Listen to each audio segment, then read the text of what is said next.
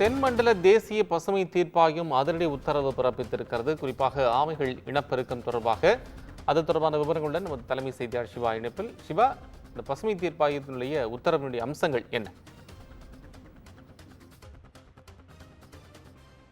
கோபால், தமிழகத்தில் ஆமைகள் இனப்பெருக்க காலத்தில் அதிவேக விசைப்படகுகளை குறிப்பிட்ட பகுதியில் இயக்க தடை விதிக்க வேண்டும் என தமிழக அரசுக்கு தென்மண்டல தேசிய பசுமை தீர்ப்பாயம் ஒரு உத்தரவை பிறப்பித்திருக்கிறது.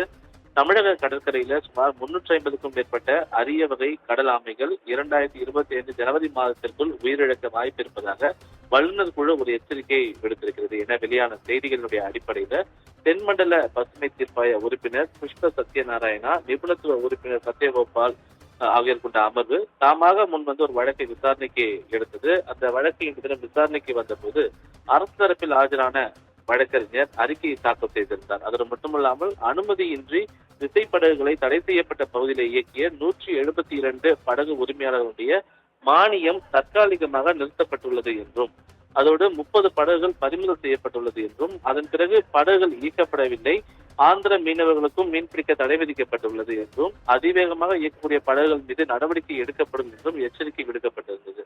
உயிரிழந்த ஆமைகள் தலையில் காயம், அதிர்ச்சி மற்றும் மூச்சு விட முடியாமல் உயிரிழந்ததாக பிரேத பரிசோதனையில் அறிக்கை தெரிய வந்துள்ளது என்றும், கடந்த 2015ஆம் ஆண்டு முதல் ஆமைகள் பாதுகாப்புக்காக பல்வேறு நடவடிக்கைகள் எடுக்கப்பட்டுள்ளது என்றும் அந்த அறிக்கையில குறிப்பிடப்பட்டிருந்தது. இதனை அடுத்து இந்த வழக்கை விசாரித்த நீதிபதிகள் அறிக்கையில் எந்த முன்னேற்றமும் இல்லை, ஆமைகள் இனப்பெருக்க காலமான ஜனவரி முதல் ஏப்ரல் வரை குறிப்பிட்ட பகுதியில் விசைப்படகுகளை இயக்க தடை விதித்து 2015ஆம் ஆண்டு பிறப்பிக்கப்பட்ட அரசாணையை ஏன் அமல்படுத்தவில்லை என்ற ஒரு கேள்வியை எழுப்பியிருக்கிறார்கள். அதோடு மட்டுமல்லாமல் தொடர்ந்து நடவடிக்கை எடுக்க தவறினால் அபராதம் விதிக்க நேரிடும் எனவும் நீதிபதிகள் தெரிவித்திருக்கிறார்கள்.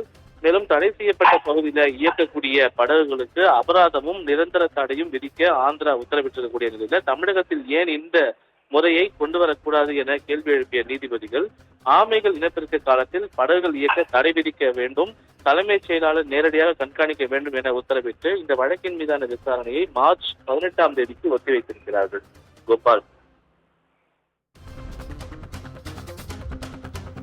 அண்மை விவரங்களுக்கு நன்றி சிவா.